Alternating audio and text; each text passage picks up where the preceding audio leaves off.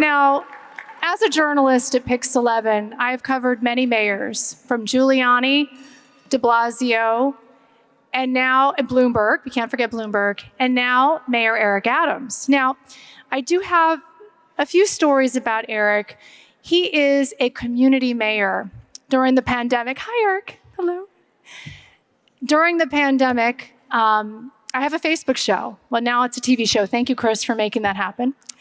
But I would need a guest, and sometimes it's really hard to get guests for your show, okay?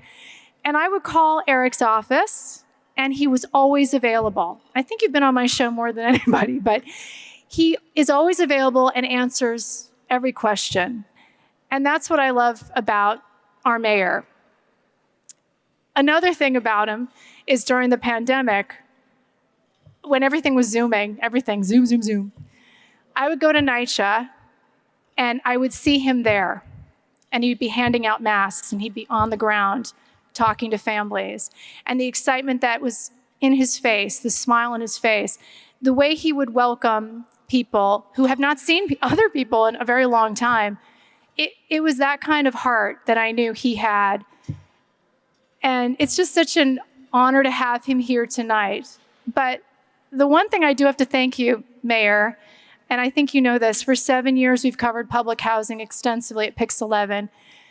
Many of the families that I cover can't afford cable or Wi-Fi, and they would tell me, I can't watch my story, but I'll find out about it some other time, or I'll watch it some other time. Well, Eric and his administration, our mayor, made sure that NYCHA, 300,000 residents in public housing, including Horsey, have free cable and Wi-Fi.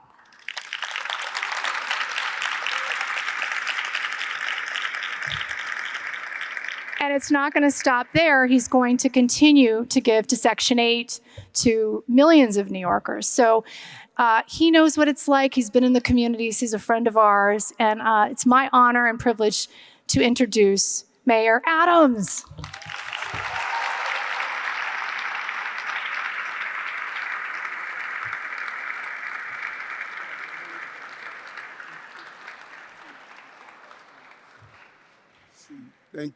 Thank you so much. And many years ago, I was a lieutenant in the police department, and I had a rookie police officer who continued to study and now is in charge of one of our patrol boroughs in Queens. Chief Kevin Williams, and I used to try to figure out, why is this guy so smart? And then one day at an event, I had the opportunity to speak to Dr. Williams, and I said, now I got it. Now I got it. Now I got it. You know, you're losing, Brother Boone, but you are really picking up a gem.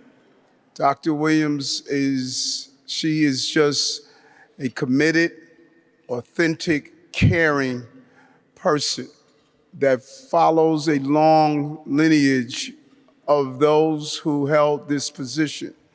1895 is a long time. And when you watch how this organization continues to provide an on-ramp to those who are coming to this amazing city and this amazing country. I tell people all the time, there's no other country on the globe where dream is attached to its name. We don't have a German dream, we don't have a French dream, we don't have a Polish dream, but darn it, we have an American dream. We have an American dream. And that dream could quickly turn into a nightmare if you don't have someone there that would welcome individuals. And look at your history. This should be a part of the stories we tell in our schools. And it should be almost a requirement that every student goes through and read what it's like to embrace the early Irish, the early Italians, the early Chinese, the early African Americans and those who came from South and Central America. You could care less of where they came from on the globe as long as they ended up right here in this place called New York City. This is an amazing institution. And no matter what I had to do tonight, I wanted to come and say thank you for what you have done, what you are doing, and what you will continue to do. You are what New York means. When I spent the night a few months ago in the shelter in Brooklyn with the asylum seekers, and I sat down and I spoke with them, I heard the same narrative over and over again. People spending months going through the jungles just to come here, to be part of this experience we come to appreciate, and we often take it for granted. But when you think about the greatness of what we do and what we produce, some of the people you helped have gone on to design major institutions, lead major organizations, lean back and help people who were denied.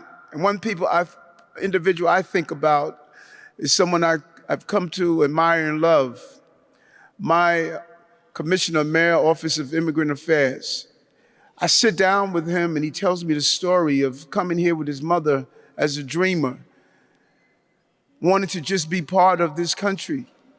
And now he's in charge of the agency that is dealing with the immigrant populations that are leaving places where draconian measures are carried out every day. That's what we do in this city. I want to thank you. And I want to thank you for your leadership. And I'm excited about the leadership of Dr. Williams. And I told Kevin after we spoke, he's a lucky guy to have just a really intelligent, smart, and caring other half. And so on behalf of the people of the city of New York, $8.5 million, I, Eric Adams, the mayor after David Dinkins, do therefore, from early childhood to business development to senior services and so much expansion and growth in between, Union Settlement has always been there for its East Harlem neighbors throughout the journey of life. I am pleased to congratulate you at this event, a well-respected community institution as a trusted partner in my administration's mission to empower and uplift nearly 120,000 people who call East Harlem home. And you will continue to gather to celebrate this great spring benefit and gather. I look forward to many, many more years of your great contribution to this city. Now, therefore, I, Eric Adams, the mayor of the city of New York, and all who's here, continue to contribute to this great organization. It is a blessing to live rich. It's a sin to die rich. So write more checks. Write more checks.